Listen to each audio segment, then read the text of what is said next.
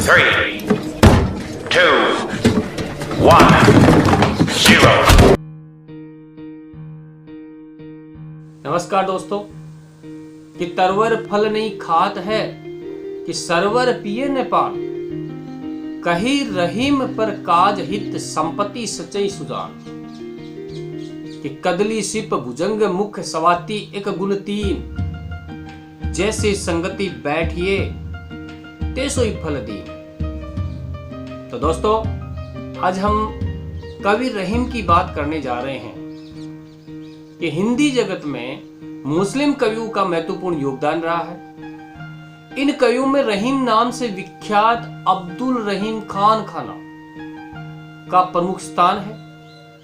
कि अब्दुल रहीम खान खाना का जन्म 17 दिसंबर 1556 ईस्वी अर्थात माघ कृष्ण पक्ष गुरुवार को सम्राट अकबर के संरक्षक एवं परम विश्वास पात्र बैरम खां के घर लाहौर में हुआ। उस समय रहीम के पिता बैरम खां पानीपत के दूसरे युद्ध में हेमू को हराकर बाबर के साम्राज्य की पुनः स्थापना कर रहे थे। बैरम खां अमीर अली शुक्र बेग के वंश में से थे, जबकि उनकी मां सुल्ताना बेगम मेवाती जमाल खां की दूसरी पत्नी थी। कविता करना बैरम खां के वंश की खानदानी परंपरा रही है। बाबर की सेना में भर्ती होकर रहीम के पिता बैरम खान ने अपनी स्वामी भक्ति और वीरता का परिचय दिया और बाबर की मृत्यु के बाद हुमायूं के विश्वास पात्र बन गए। तो क्रमशः वंशावली में रहीम को वीरता, राजनीति, राज्य संचालन, दान आदि गुण अपने माता पिता से विरासत में प्राप्त हुए। सन 1562 में बैरम खान हज यात्रा के लिए जिद करने अकबर से उनका विवाद भी उसी समय चल रहा था। मन में मतभेद थे तो अकबर ने बैरम खां को अनुमति दे दी और बैरम खां हज के लिए जाते हुए गुजरात के पाटन में ठहरे और पाटन के प्रसिद्ध सहस्रलिंग तालाब में नौका विहार की और स्नान करके जैसे ही बाहर निकले तभी उनके एक पुराने शत्रु अफगान सरदार मुबारक खान ने धोखे से उनकी पीठ में छुरा भोंक कर उनका वध कर डाला। बैरम खान की तो मृत्यु अफगान सरदार मुबारक ने की, जो अपने पिता की मृत्यु का बदला लेना चाहता था। बैरम खान की मृत्यु के बाद रहीम की शिक्षा दीक्षा का जिम्मा अकबर ने उठाया। अकबर ने ही रहीम दास का विवाह किया। उनका विवाह 16 वर्ष की आयु में जीजा कोका की बहन महाबानू से हुआ था और उनसे 2 बेटी और 3 बेटे हुए। रहीम अकबर के 9 रत्नों में से एक थे।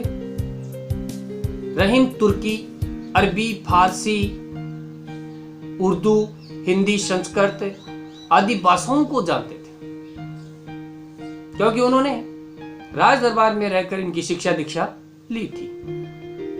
गुजरात के युद्ध में शौर्य प्रदर्शन, इनकी बुद्धिमत्ता आदि से प्रभावित होकर अकबर ने जो शहजादों को दी जाने वाली उपाधि मिर्जा खान, खाने खाना या खान खाना की उपाधि से सम्मानित किया।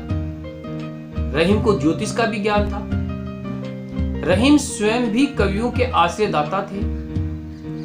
कवि केशव, आस्करन, मंडन, नरहरि और गंग जैसे कवियों ने रहीम की प्रशंसा भी की है। रहीम दास बहुमुखी प्रतिभा के धनी थे। उनके व्यक्तित्व में विविध गुणों का विलक्षण योग था। वे मुसलमान होकर भी श्री कृष्ण भक्त थे। वे एक ही साथ सेनापति, प्रशासक, आश्रयदाता, दानवीर, बहुभाषाविद, कला पारखी और राजनीतिज्ञ तथा प्रत्युत्पन्नमती थे। इन्होंने दोहे ब्रिजभाषा में, बरवे अवधि में तथा मदनाष्टक खड़ी बोली में रचे। इनकी रचनाओं में मानसिक औदार्य, सांस्कृतिक विशालता और धार्मिक सहिष्णुता, मानवीयता रूपी गुण देखने को मिलते हैं। इन्होंने ब्रज अवधि खड़ी बोली की सहज, सरल एवं बोधमय भाषा का प्रयोग किया। इनके काव्य में नीति, भक्ति, प्रेम और श्रृंगार का सुंदर समावेश है।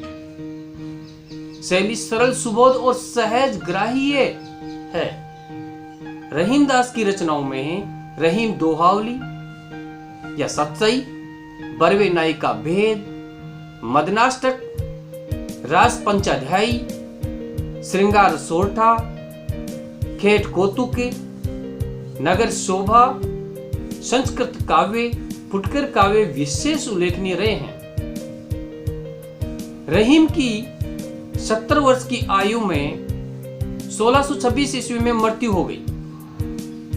स्वयं रहीम द्वारा बनाए गए मकबरा जो दिल्ली में स्थित है और वह खान ए खाना नाम से बनाया था, जो अपनी स्वयं की पत्नी की याद में बनवाया था, उसी में उनको दफनाया गया।